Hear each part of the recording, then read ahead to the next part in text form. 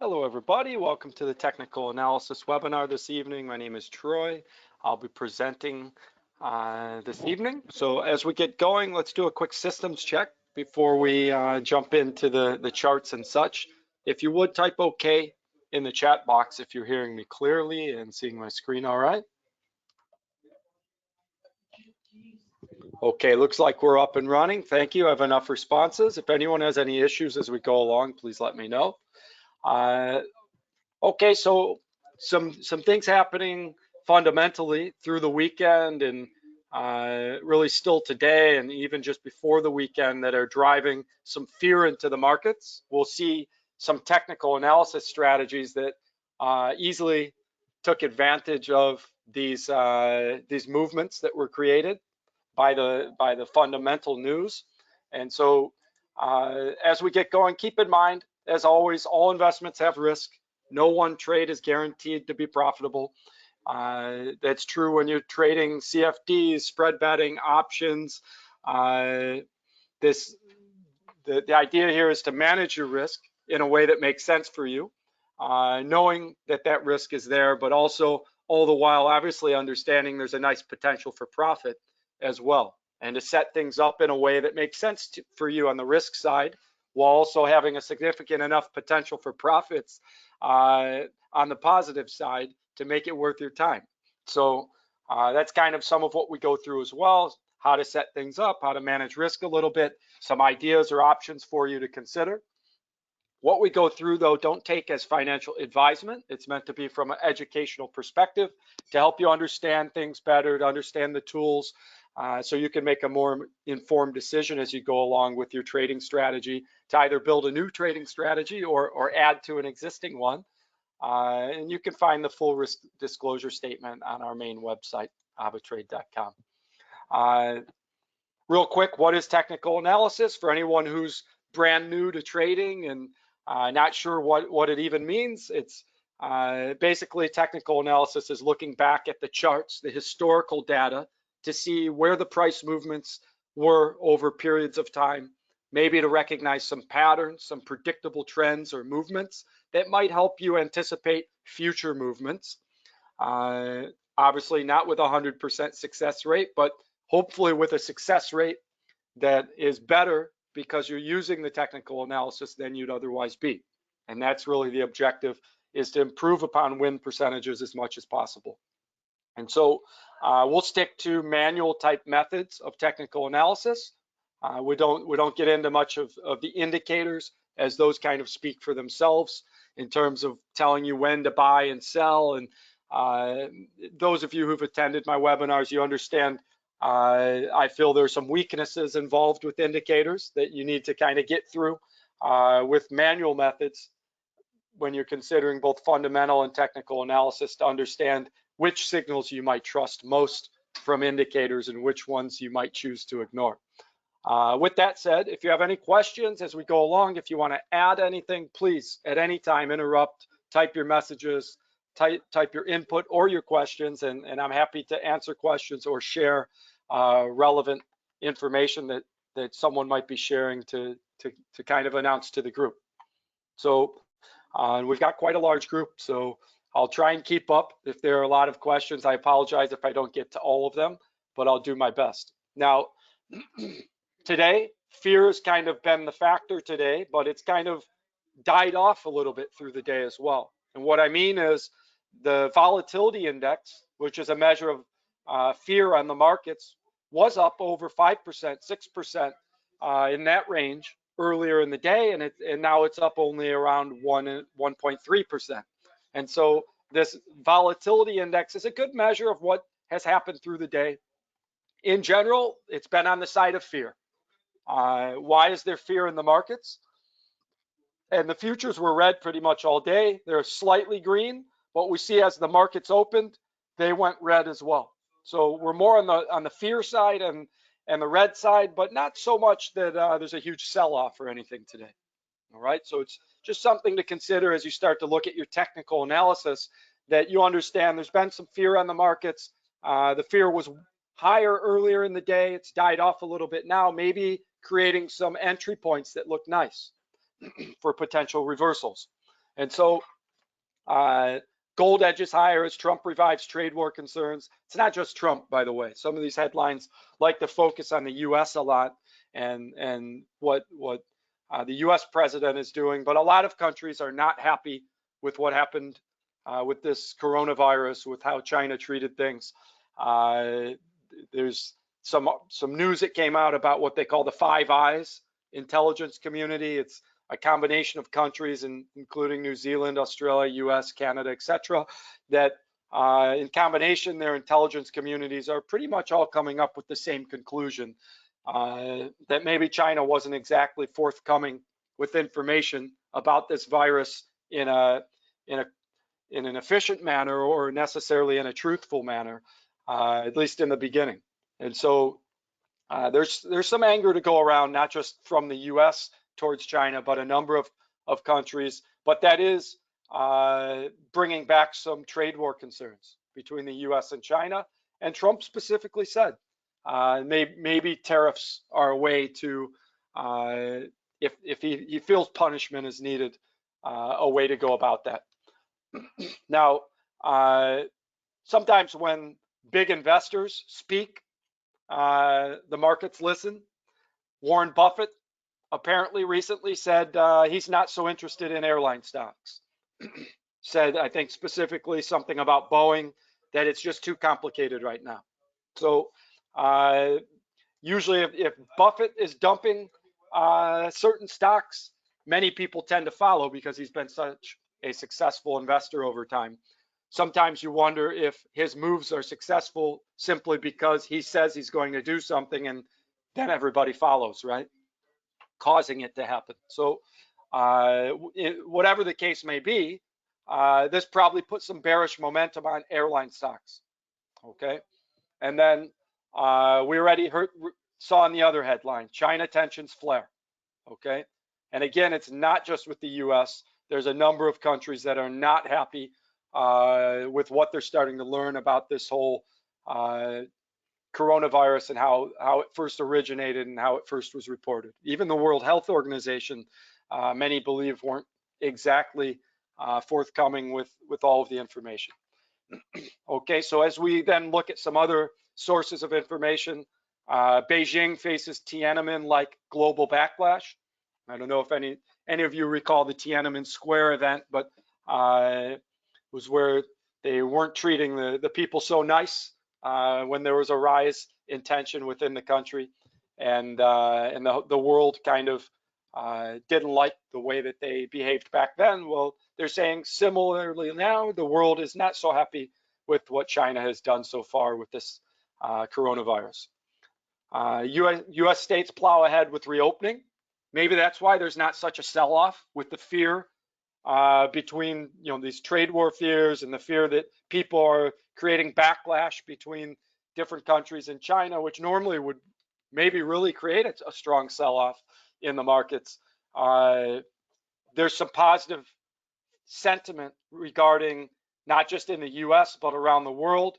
The Canadian province, Quebec, starts gradually reopening. There are European nations starting to reopen, and around the world, really, with different states and countries starting to open business again, starting to end quarantines or loosen the grip that these quarantines had to allow the markets to start to pick back up. So it's a mix of news today, which is great for technical trading.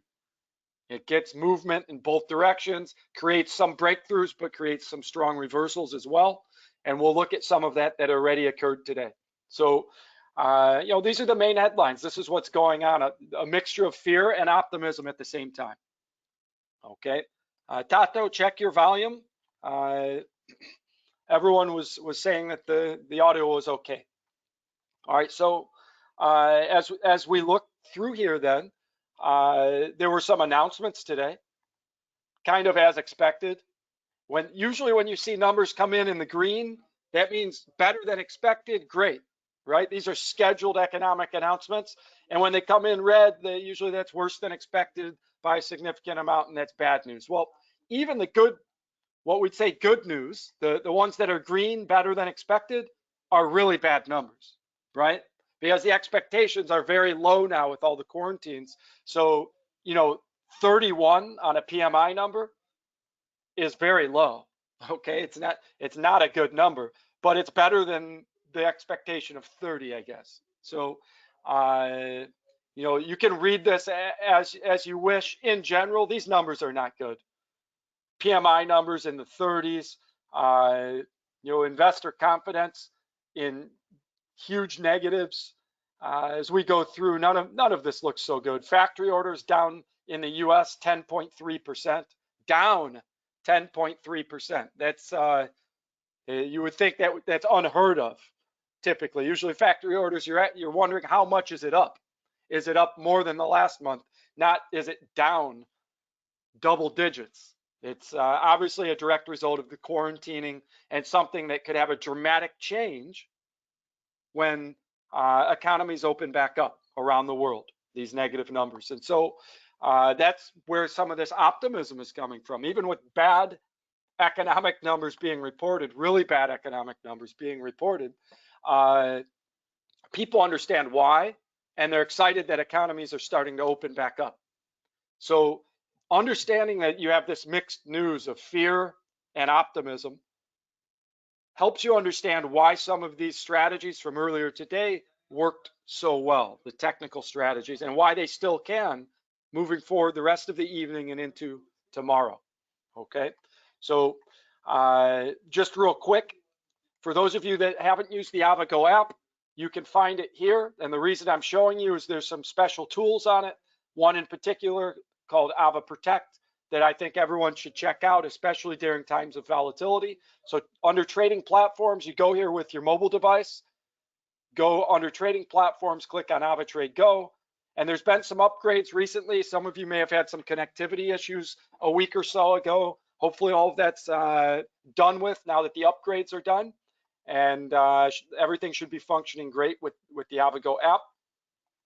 And we take a look and we see there are some features that, you know, the MT4 and MT5 mobile apps don't have, okay, necessarily, especially particularly the MT4 mobile app, which is an older technology.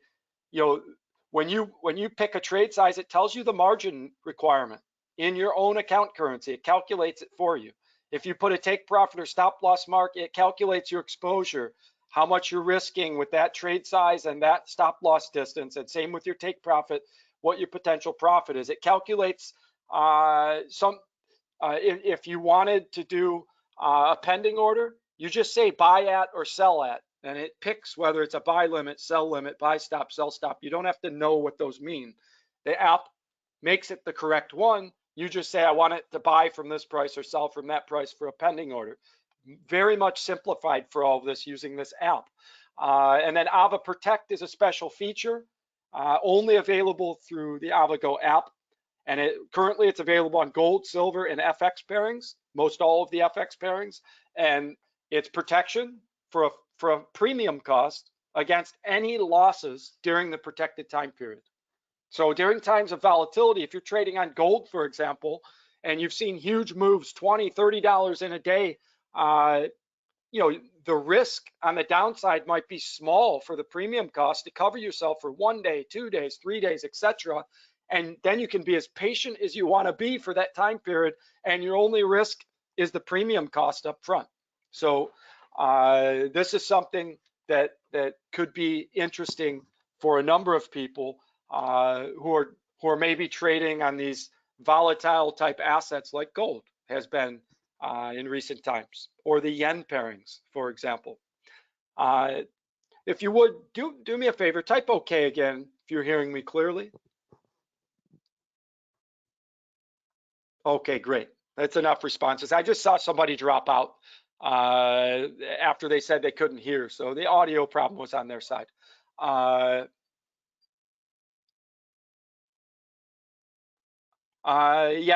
Yes, with cryptocurrencies, this is not available as of yet, okay? Only gold, silver, and FX pairings, okay? All right, great. So if you have any more questions about the AvaProtect and AvaTrade Go, talk with your account managers. Let's get on my demo account here, and let's take a look at these live movements that you might be interested in trading on. Let's see, I've got S&P 500 here. This is interesting. Let's go to 1 hour candles. You'll see it a little bit better. This was the opening of the market right here. Okay. What do we call that when there's a space between Friday's close and Monday's open? What is this space called? Yeah, it's a gap. Exactly. There's a nice gap. This is great for technical trading. It's tremendous. Okay. As soon as a movement starts to refill a gap, many times it fills the gap almost completely or completely. Not always, but many times. So the price opened here, gapped down to here. Okay. It dropped from, let me get my crosshair tool.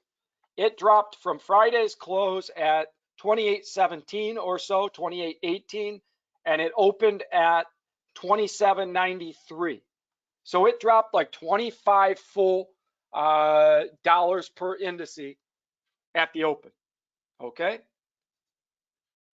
Okay, Treville, it's okay that you're a beginner.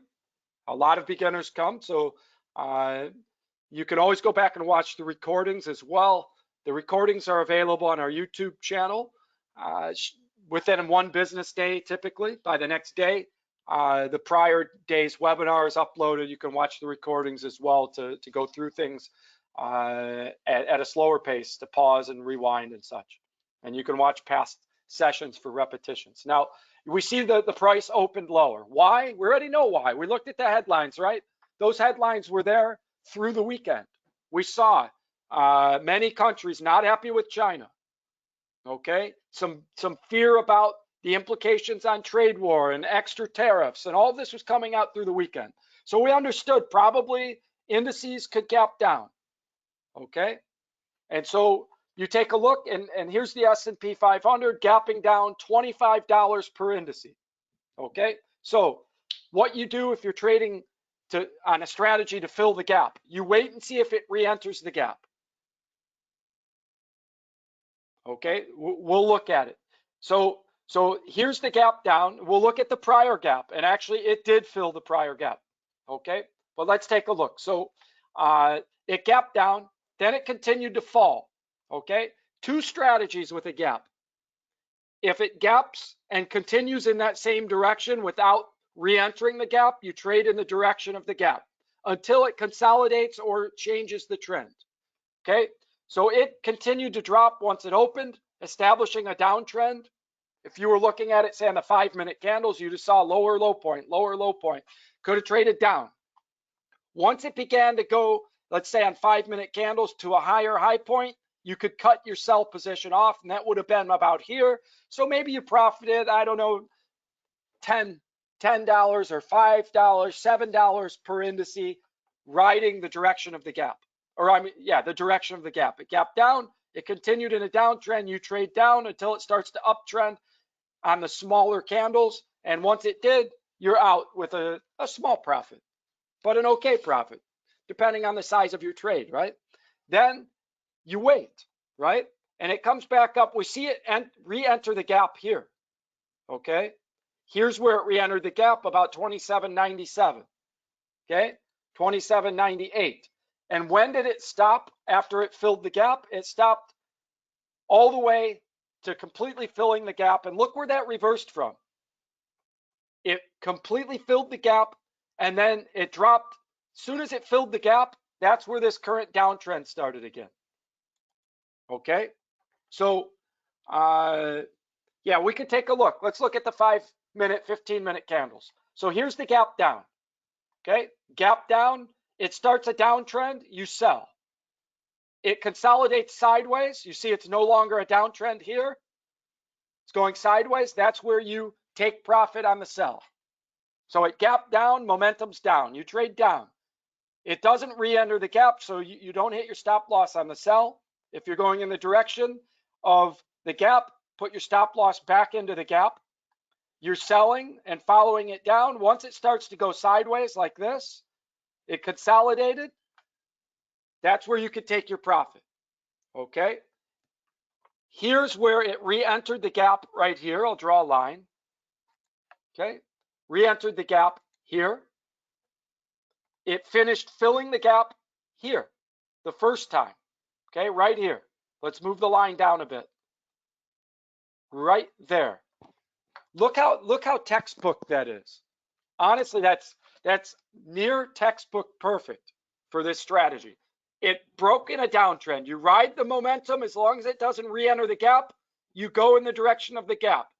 It consolidates sideways, take your profit. Now you wait for the smoke to clear, see what happens. It comes back up, re-enters the gap here, right? So you buy. And where does it end up? Filling the gap completely, and that's exactly where it reversed back down. So there's 3 moves here. Okay, 3. So it gaps down, you trade down with your stop loss back into the gap.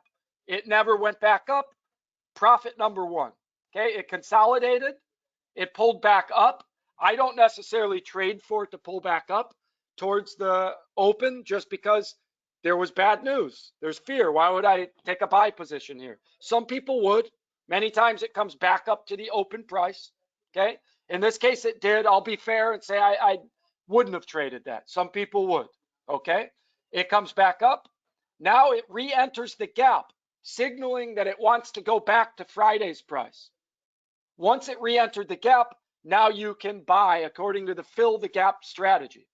As long as your stop loss wasn't too close, it did dip back down here, but up it went and filled the entire gap before dropping again.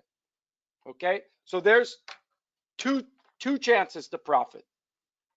Once it refilled the entire gap, the next strategy would be to trade down once it fills the gap. Okay, so you would have traded down from this point here.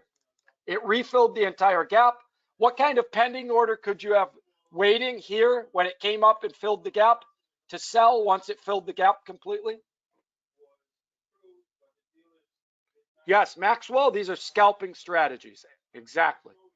What kind of pending order would you have had programmed here so that when you bought to fill the gap, once it filled the gap, you had your take profit on your buy? What kind of pending order would have sold once it filled the entire gap? Yeah, sell limit. Exactly, a sell limit. So that's your third chance. That's your third chance at a profit on this one asset just because it gapped. 3 chances, and you see all 3 of them were profitable. So it gaps down, stop loss up into the gap. As long as it doesn't re-enter the gap, you sell, and it goes down. You would have made down profit about here if you waited till it consolidated and went sideways. If it would have went the wrong way, you only risked a little bit back into the gap, you hit your stop loss, and then you buy to fill the gap. Okay? As it went, you would have profited on the sell, consolidation, get out. It comes up, re-enters the gap, you buy to fill the gap because it re-entered the gap. And then there it went, filled the gap. That's profit number 2. You sell because it reached the top of the gap back to Friday's price, and down it went. There's profit number 3. Marco, you don't have to do it on the spot because you could do pending orders. Okay? First of all, if you're awake when the market opens, if you're awake, Marco, when the market opens, there's no way to have a pending order waiting for this. So you're right. You'd have to be awake when the market opens, see the gap, trade it, and put your stop loss in the gap, and then go to bed. Right? Then the pending order as a buy stop, the pending order as a buy stop up here, buy stop pending order, you could do before you went to bed, right? Buy stop pending order is if it re-enters the gap, then it buys automatically with your take profit at the top of the gap. So that one would have been programmed. This one also, the sell limit from the top of the gap, also you could have programmed before you went to bed. Okay, so going in the direction of the gap, unless it reverses back into the gap, step 1. It enters the gap, go for fill the gap, step 2. It refills the gap, trade for it to go back down to the open price, step 3. Okay, so that's 1, 2, 3. The Fibonacci's might not have adjusted to the new gap price. They may not help you in this case, Marco. If you draw the Fibonacci retracements after the gap, it might. you'd have to manually draw the Fibonacci retracements after the gap occurred. And I can show you all. Fibonacci retracement tool, it's right here. See, it says draw Fibonacci retracement. You click on that. You say, okay, let me take into account this time period. You pull it along. Now, I don't like those colors. Okay, I don't like the colors. Let me take a look.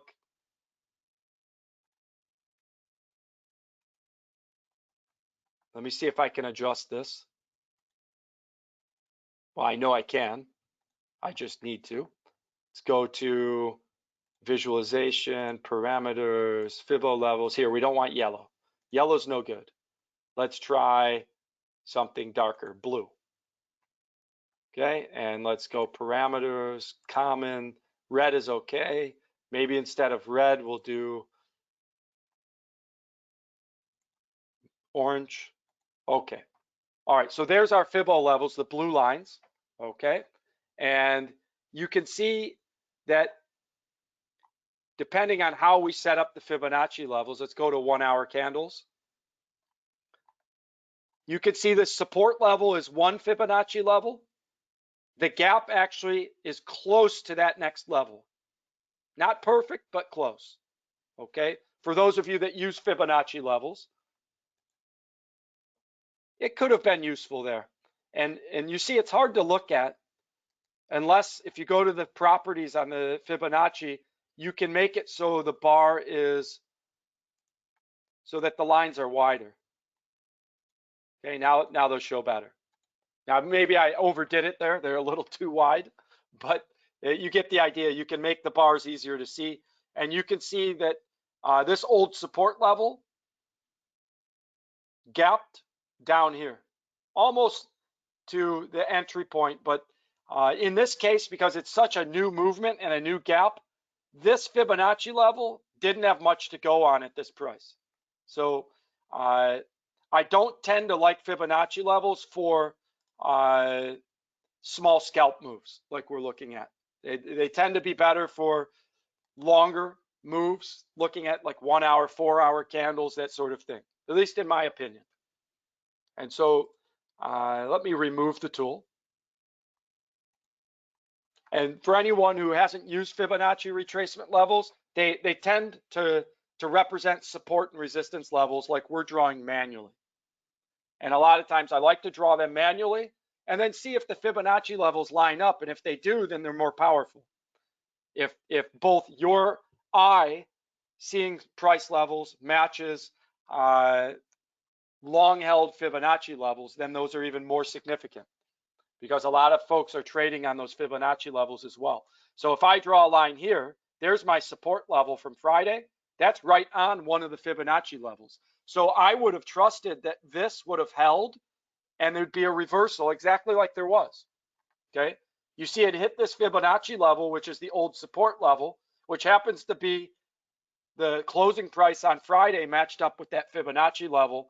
And so the fact that it held and created a big drop once it filled the gap, that might have given you more confidence to trade with that sell limit pending order once it filled the gap. Okay, and that's kind of how I like to use indicators. Is I'm not going to trust every level, but if there's one that lines up with my level that I also see, then it makes it that much more powerful. You're asking, show again how to add the levels again. No problem. So it tends to make sense to go to larger candles, like 4 hours, then or 1 hour candles, then draw the lines. So you go up to this tool here. It says draw Fibonacci retracement, left click. Then you go to the chart and you say, okay, I want to include how many days worth of movement to establish Fibonacci levels. And I say, okay, here's the high point. I'll left click and drag. And I'm going to drag across all the time periods I want represented. And there I go. Okay. And so then I let go. And there are my levels. Okay. And they tend to line up with some major support and resistance levels that you see on the chart. Here's the resistance, and you see where it dropped. Resistance, drop. Okay. Resistance, drop. This was the old support from Friday.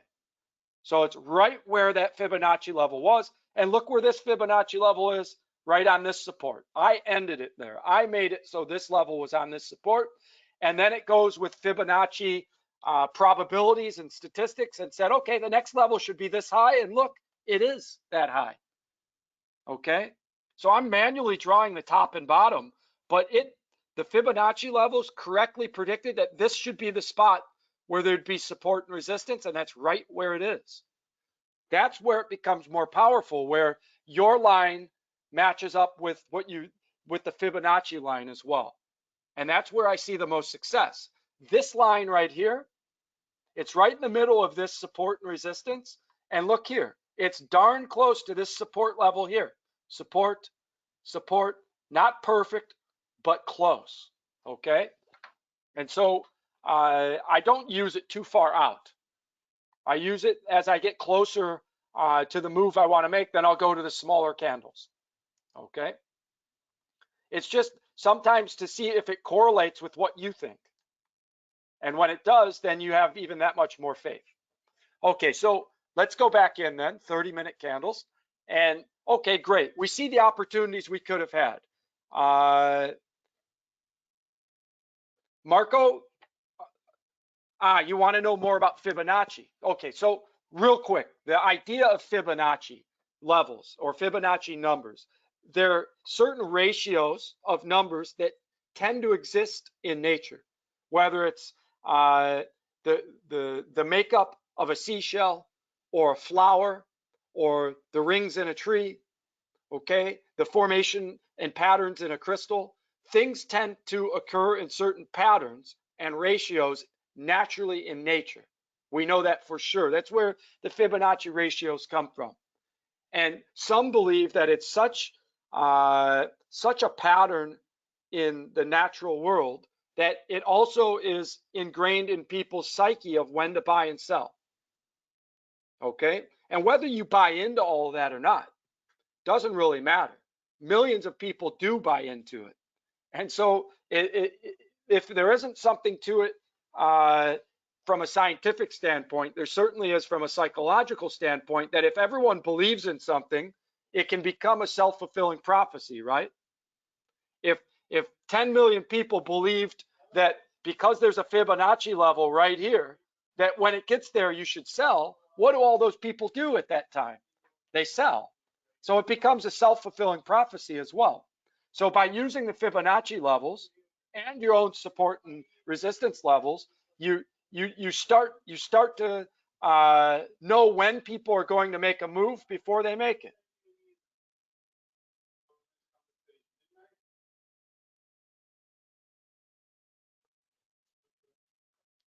Maxwell, that's a good question. You're saying, can these patterns be messed up in uncertain times? And of course they can, right? When there's a pandemic, not all the normal patterns are occurring, right? But certainly if millions of traders are looking at Fibonacci levels and saying, when it gets to this spot, I think it'll probably drop, or I think it'll go up, and they really believe that, then they're going to put their money where their mouth is and trade in that direction.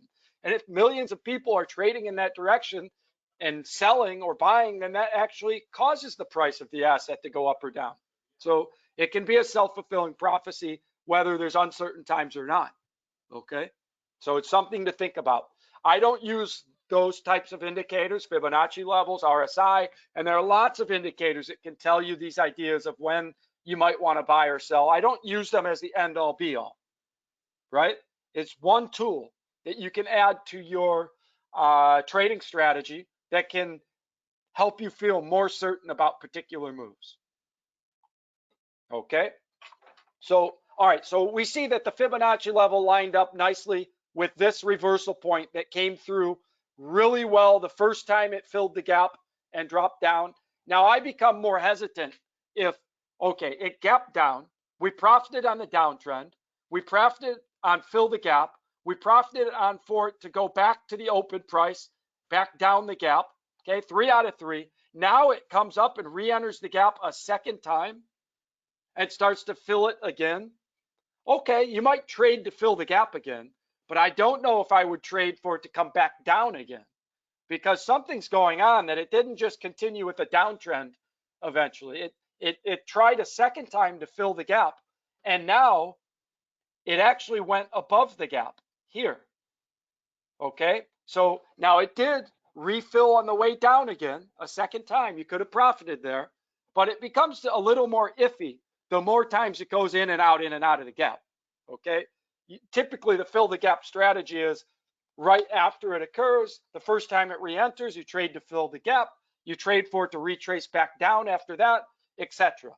Okay, through the day, the longer the time period goes by and it's meandering in and out of the gap, it becomes less meaningful at that point.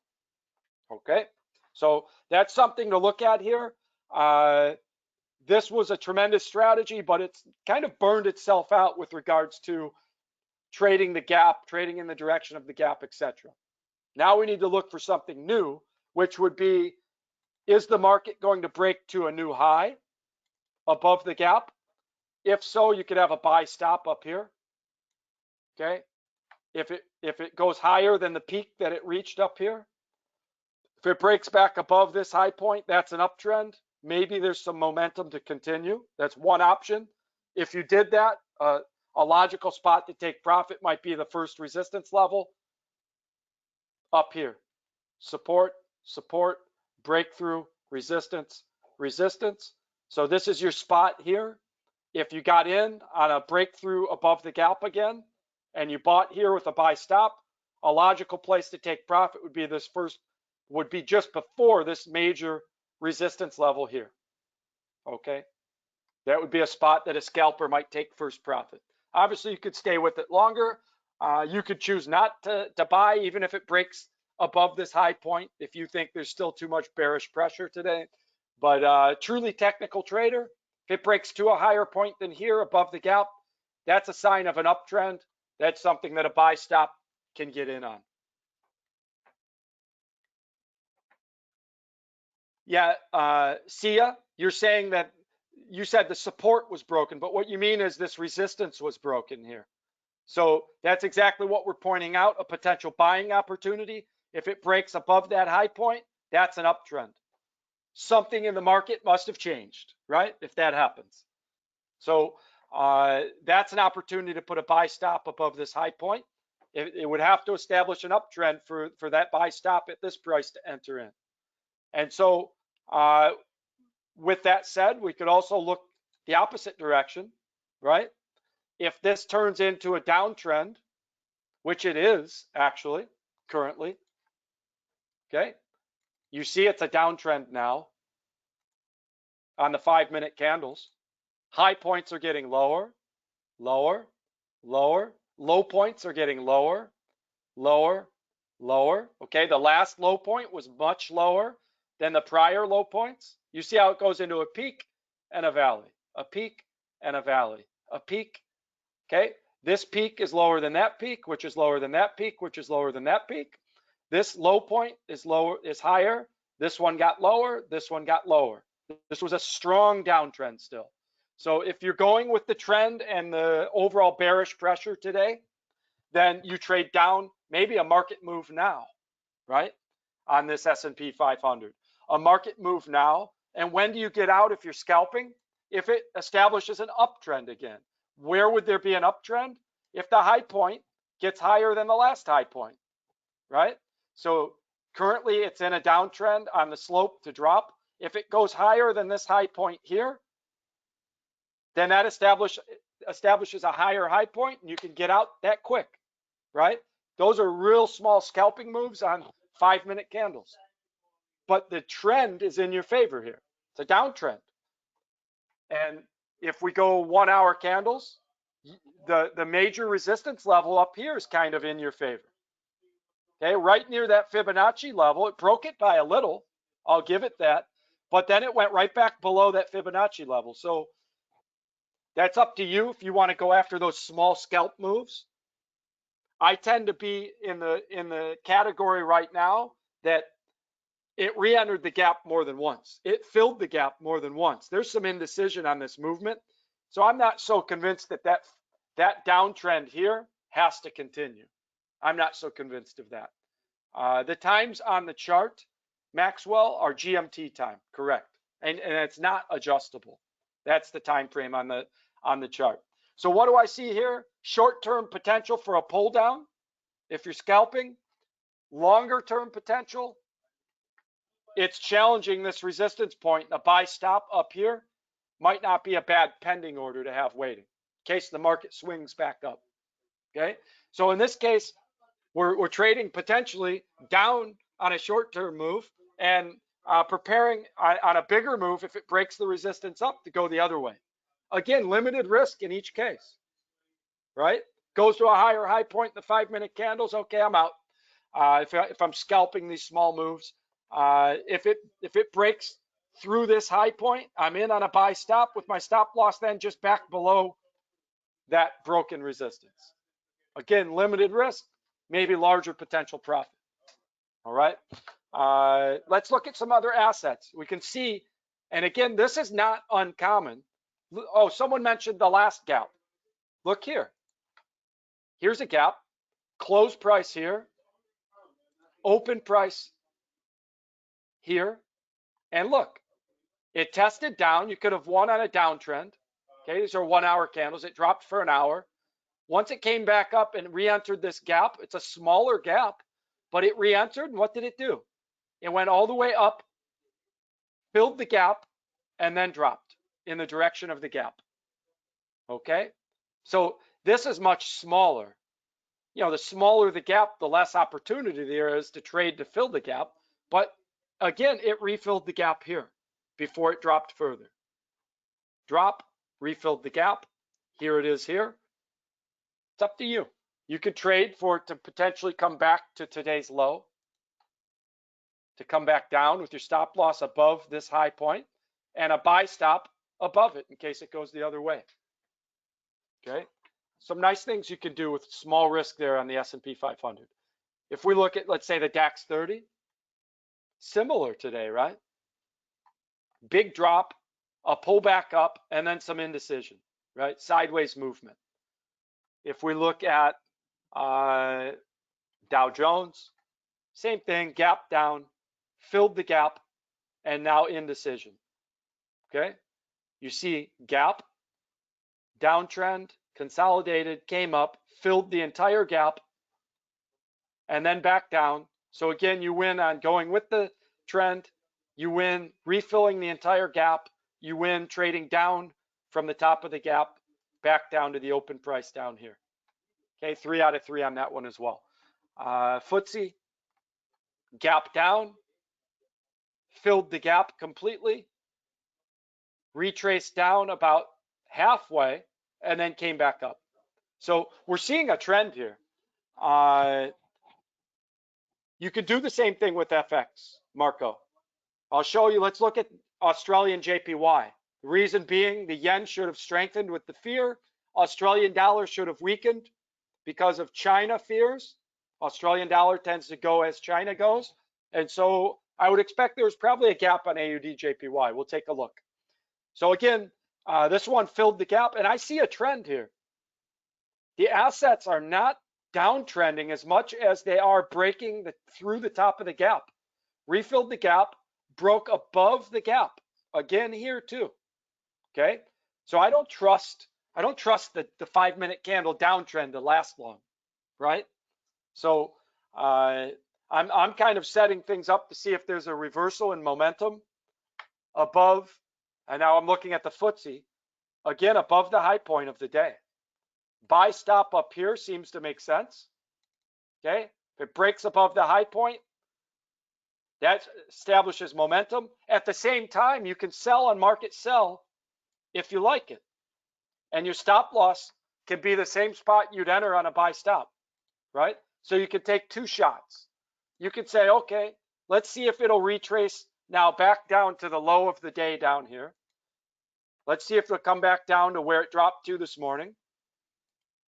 So you could take a sell with limited risk stop loss up here.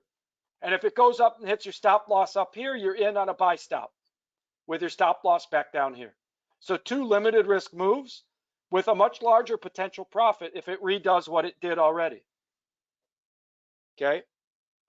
Yeah, China sentiments are very strongly reflected in the Australian dollar. Australia is a large export nation, and their number one buyer for years has been China to buy iron ore, coal, etc.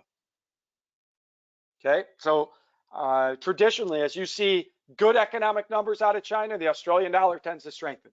As you see bad numbers, the Australian dollar tends to weaken. Or if you see trade war fears, Australian dollar weakens. If you see, hey, looks like US, China, we're having a deal, back before this whole pandemic, Australian dollar was strengthening with that good news. So, yeah, I see some nice opportunity here, though. It's right on like the decision point line right there. Okay, this is the gap price from Friday down. The price is right there. So to take a shot on a sell with stop loss above it and a buy stop in case it breaks up, you could take 2 shots. You only need to be right once to make a nice profit. Okay, so let's take a look then at Australian pairings, specifically AUD JPY.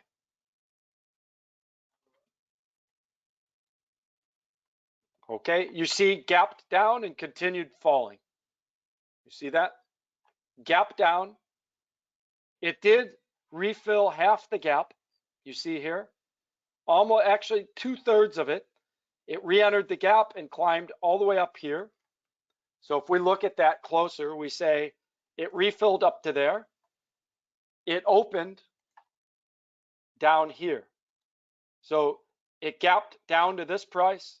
It refilled almost 2/3 of the gap and then plunged. Okay, so you see that bearish momentum on the Australian dollar as well. You also see the recovery. It also recovered back up through the day. So something happened to that fear, didn't it? The fear was there when the market opened, and now look at it. It's right on the gap line. You see that? Here's the gap area, and the price is the same as the indices are, looking for a reason to break one way or another. There's going to be a breakout here. There has to be. It's either going to break up or down. It's stuck right between the gap. It's just sitting there. So a buy stop up here. You don't have to guess before it breaks out. You wait for it to break out. You have a buy stop program to buy from up here someplace, and a sell stop programmed to sell from down here. Whichever way it breaks, you can get in and then have limited risk with the stop loss back up or back down. Okay, the fear of the day kind of died. Excuse my voice. The fear of the day kind of died after the initial plunge and the refilling of the gap once and twice. Now it's trying to decide what to do. Yeah, will there be some news on Australia? Let's have a look. Okay, we see tonight, services PMI, AIG construction index out of Australia. That's 18:30 New York time. Okay, this is New York time. That's 6:30 p.m. New York time. GMT add what, 5 hours? And so you're looking at 23:30, or I'm sorry, yeah, add 5 hours for London time, I should say. And that's what, 11:30 at night? Some announcements coming out here. And so this is potentially going to move the Australian dollar. Those are not huge announcements, though. Those are not huge announcements. We can look at tomorrow. This is just after midnight New York time. Those may be more significant. There we are. Interest rate decision. Okay, that's a big one. This will move the Australian dollar. Okay, so that's coming out, and you could set this to your GMT time. This is GMT -4, which is New York time now. Is there in daylight savings time? They added an hour, so they're 4 hours behind GMT, 5 hours behind London. Okay, so GMT time, 4:30 in the morning, GMT, big announcements out of Australia. And so if we then take a look at the chart, that's likely going to cause this to break out one way or another. Okay, so the closer you get to that time frame, you could set your levels of where you would want your sell stop and your buy stop programmed, waiting for a big breakthrough. All right. You have to find the price levels closer to the time of the announcements, though, before you pick exactly where you want your buy stop and sell stop to be. SIVA, I wouldn't say there's one indicator that works best. There are lots of indicators that can be very useful. You have to know their limitations, okay? You just have to understand the limitations of each indicator and the benefits. Okay, so we've been going for about 50 minutes now, or a little over that. I think it's a good spot to stop. We could quickly look at gold and see what's happening there. You see gold went up today with the fear. Okay, it tested this resistance now. 1, 2, 3, 4, and now it looks like it's trying to test this resistance a 5th time. Looks like it doesn't want to give up, as a matter of fact. So if this breaks above this resistance, it could be a large move. Why? Because it's tested it 4 or 5 or 6 times. The more times a resistance level gets tested, 1, 2, 3, 4, 5 times without breaking, once it does break it, if it breaks it, you could see a large breakout move. Okay, so a buy stop somewhere above this resistance level could potentially have a move that could go to the next resistance level somewhere up, maybe 1715 or something. Okay, so there's a potential there for a breakthrough move, and you could play both directions. We've got a support level down here that sell stops could get in on action if it reverses down below the support. But this looks like it's really trying to test on the upside. And you could see a large breakthrough if that happens, similar to this wick. You see this wick? That was a large breakthrough. It was a tester, as I like to call it, tested and went back down. Now it's trying to decide, can it break through? I think this is a foreshadow of what could happen. And you could see a breakthrough that goes towards the next resistance level. Okay? No guarantee, obviously, but it looks like something that's setting up to try and break that resistance.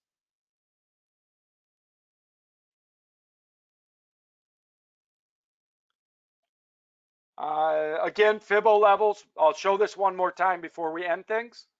We have some folks asking again. Draw Fibonacci retracement. You find a price level that you think is a good resistance level, or you start at the bottom and find a good support level. Either way, you draw it and pull to the top of where you want to be.